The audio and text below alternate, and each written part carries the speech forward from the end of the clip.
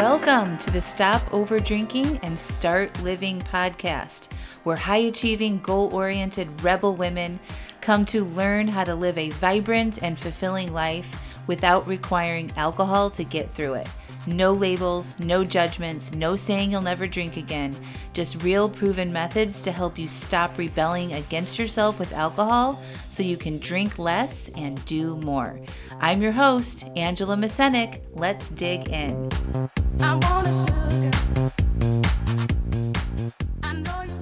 Welcome to episode 287, Drinking Social Pressure and Unsupportive Comments.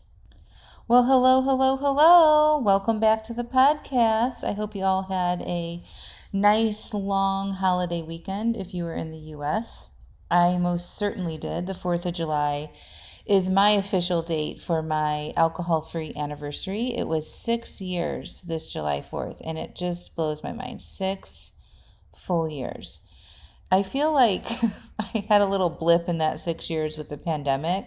So it feels like 2 years. It feels like not that long, but it was a long time because of the pandemic. And, that time period is just so weird, reflecting back on it, but I'm really glad I didn't drink during it. That is for sure. So I am at the beach.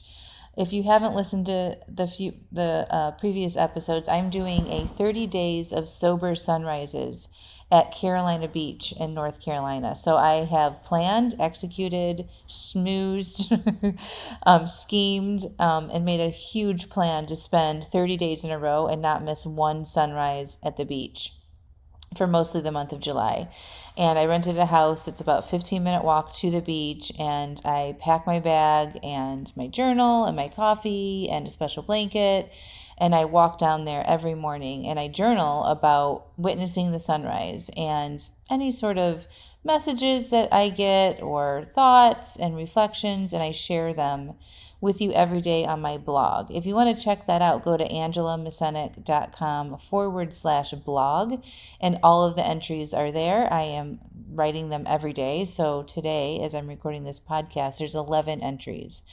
And I'm really, really loving this project. I'm just curious. I have a question I want to answer. Like, what happens when you see 30 sober sunrises in a row? Like, what's going to happen?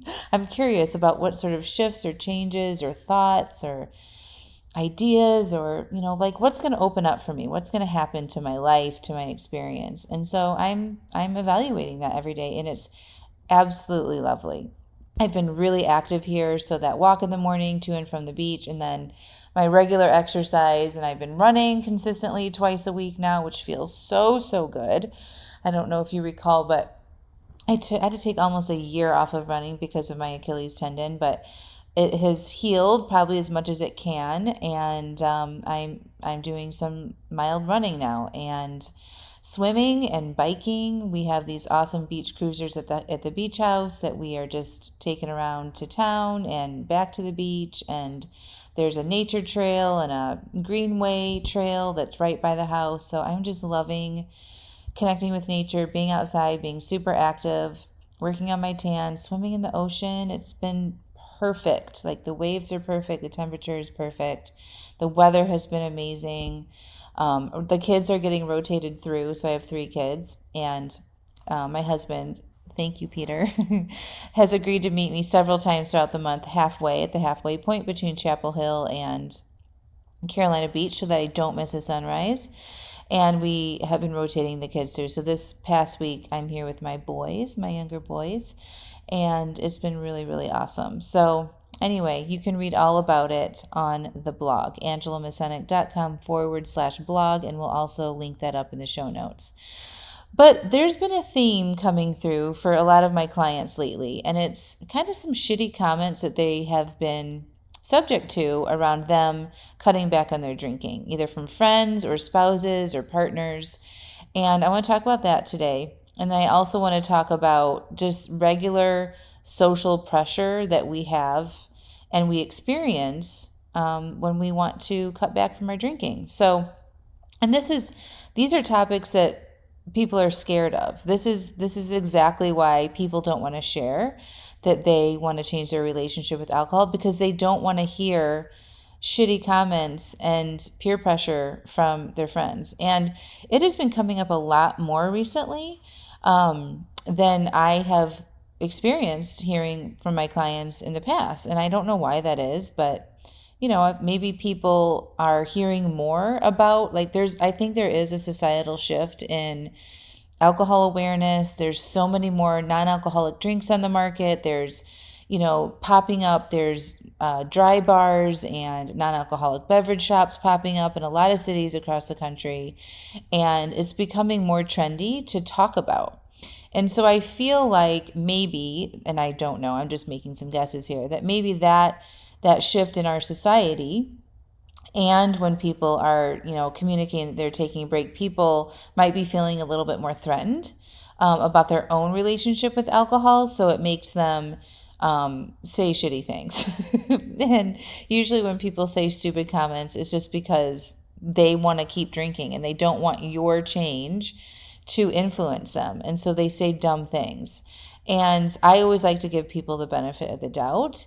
But I just want to talk about that first, and then we'll talk about the social pressure. So what I have found is that when people say shitty comments, and sometimes it's not just one time, it could be several times in a row from friends, family, coworkers, or whatever. It's usually because they don't really understand why you are taking a break from alcohol. And honestly, it's none of their business. And it's dumb that we might feel the need to explain ourselves. No should be good enough, just so y'all know.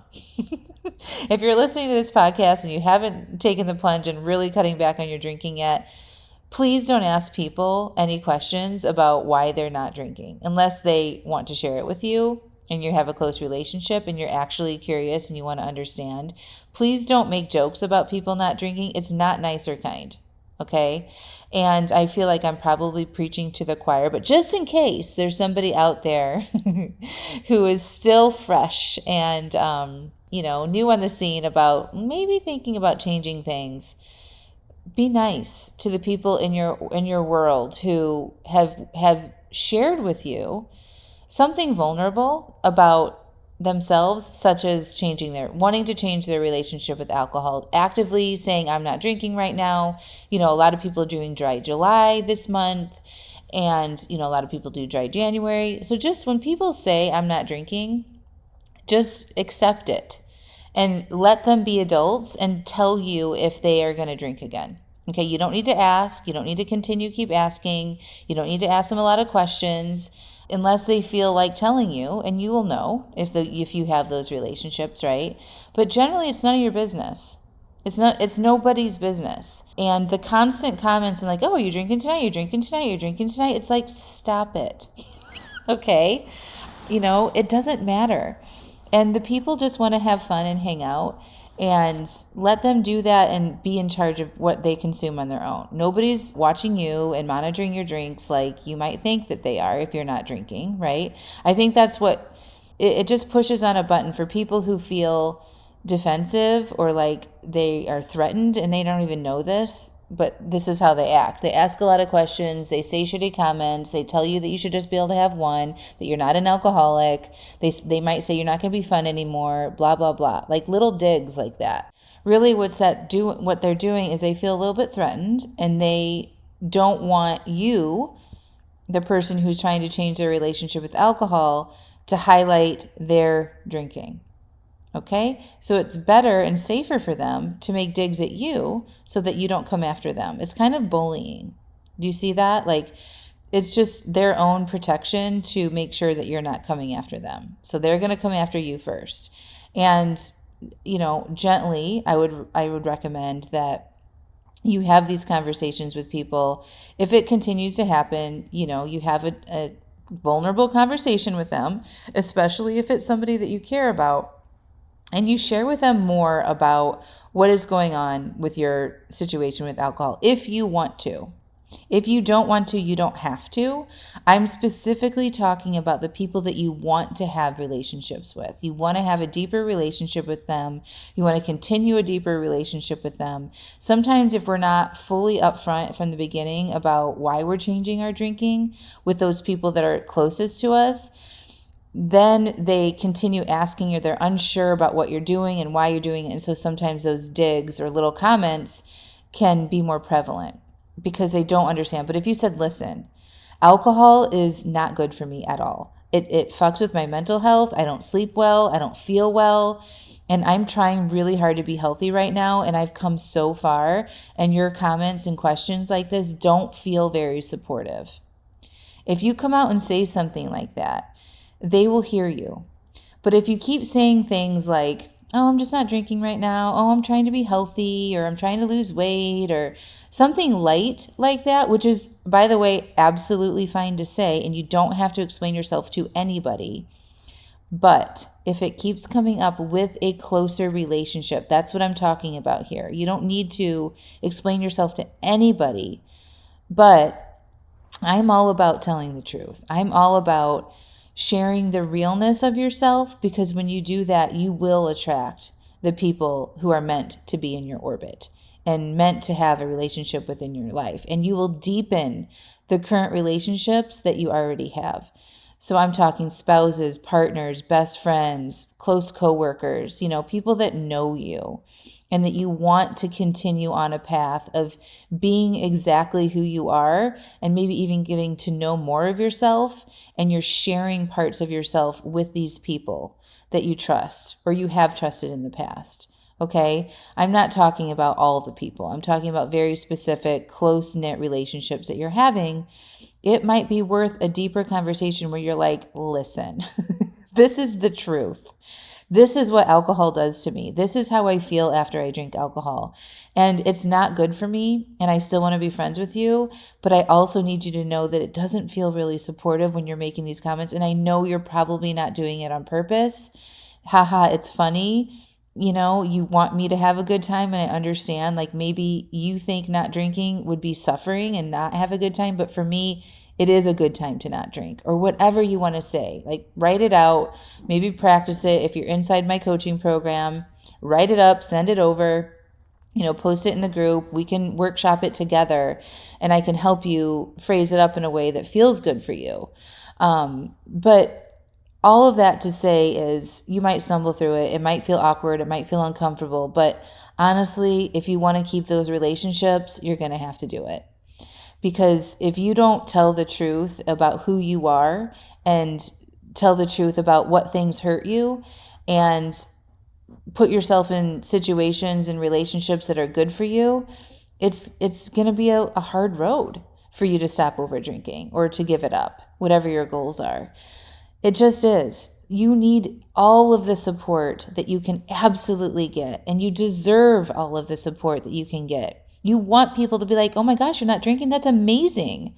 What kind of mocktails would you like? What kind of non-alcoholic drinks do you like? So when you come over, I'll have them. What do you need? How can I help?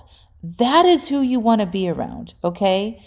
It's just kind of like, you deserve more. If it keeps happening, you deserve more than what you're getting right now. And I think sometimes, unfortunately, relationships do change, and you might lose a few people. I don't want that to stop you, because what you will gain on the other side of that is, and you let yourself be your real true self, and you're vulnerable, and you share your truth with maybe new people that you meet, or other people who aren't so into drinking so much all the time, and they're doing more interesting and fascinating and cool things, you will have better relationships. You will make the friends and the connections, or the loved, romantic relationships that are right for you. And so don't be scared to have those conversations, because living a real authentic life feels uncomfortable. And that's what I say is the alive AF way. It's like, you are alive, you're a human, you deserve everything that you want, and you deserve to be who you are, and to share yourself with the people that you want to share yourself with. And sometimes that means having awkward conversations and telling people that, what you said really hurt me, and I don't want you to do that again. Or if you say these things again, I'm going to have to put up a boundary and leave. Or maybe I'm not going to hang out with you while you're drinking if you are saying these things while I'm drinking, right? But just identify those relationships that you would be willing to have a deeper conversation with, if they are making shitty comments, or there's some repeat offenders on it not feeling very supportive.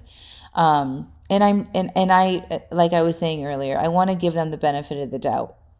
And I think you would want to be given the benefit of the doubt too, right? So if you were a friend who didn't know that you were saying something that was hurting somebody's feelings, wouldn't you like an opportunity to correct that? Wouldn't you like for them to share that with you? Like they trusted your friendship enough to know that what they said or what you said to them was hurtful and you could make amends and make it better, right? You'd want the same courtesy, I think, if it's a meaningful relationship. And if it's not a meaningful relationship, maybe you wouldn't, and that's also okay. So just think about it that way. I would want to know if I offended somebody and I didn't know it because I would want to stop doing it. Okay? Especially if I really wanted to keep that relationship. So go into it with that. Trust them that they'll hear you if you really tell them the truth. And then if they keep doing it, then it's time to make a boundary. If you say this, I will leave. If you say this continually, I will not hang out with you while you drink, etc., etc. Okay? And then I just want to address the social pressure, right? So I've talked about explicit and implicit social pressure. Explicit is when people are saying, you should drink. Why aren't you drinking? Oh my God, you're so boring if you don't drink, right? They're verbally saying that to you, right? Implicit social pressure is more of our culture. It's what we see on TV, like sexy wine glasses. I'm just thinking about Scandal, right? Did you guys ever see Scandal with Olivia Pope and her long, sexy wine glass with her very fancy, expensive red wine in it? It's glamorized. And all the TV shows, movies, it's just everywhere. And yoga and, 5K fun runs with beer at the end. And every single concert and social event, there's always alcohol, baby showers. I mean, it's just incorporated everywhere, right? That's more implicit peer pressure. It's more of like, it's in the water. This is our culture, right? It's literally coming at me from all angles. Social media, TV, movies, in real life, driving down the highway, hearing it in songs and music, all of it, right? And so when you get all of those messages about alcohol all the time, you feel like you should be able to drink like everybody else, right? We internalize those messages unconsciously. And then when we're trying to cut back, it feels hard because literally it's coming at us from every which way direction, okay? So we have this societal pressure that's implicitly coming at you through these marketing messages and just the way our culture is. And then there's the explicit pressure about, people directly saying things to you, like you should drink. That's explicit. And so when you have both of those, and you will see them very clearly when you are working on cutting back on your drinking, okay? Either the people around you are going to be drinking and it might feel awkward, right? And you're feeling left out, or they're asking you a lot of questions or whatever. Like you have to balance going to certain events because is it going to be a drinking event, or what is it going to look like for you if you're the only one drinking? Like you're having to balance all this and think through a lot of that detail because of our societal pressure, right, to drink, because it's so accepted everywhere we go. And when you do that, when you decide and declare that you want to cut back or take a break or quit, you're going to have to navigate that stuff, and it'll just come screaming at you from all angles. It will. And once you stop doing it, you will see how ingrained it is into our society. And so I just want you to be aware of that. And just all you have to do is remember your reasons why you want to stop drinking, right? You want to stop over drinking, or you want to stick to your drink plan for the day. And you got to let the rest of the world be the rest of the world. We're not going to be able to change it. The most important thing is for you to focus on what you can do day by day, the little tiny things that you can do day by day to support your mission and your goal to get to whatever your relationship with alcohol needs to look like. Okay? So that might be thinking ahead and evaluating your social situations and making sure that doing some preparations. There's a really good podcast episode on that called Preparations, right? Making sure that you have your needs met with your drinks ahead of time, or you bring them yourself, or You communicate to your friend or family group or coworker group, hey, I'm not drinking. Like, it does take more work because of the culture that we live in. And I still want you to hear me. It's 1,000,000,000% worth it, because all of this is temporary. Okay. I don't feel this way anymore. I notice the social pressure. I notice our culture, and it's annoying. I'm literally staying in a beach house right now. It's so ironic. It doesn't bother me anymore, but there's coasters.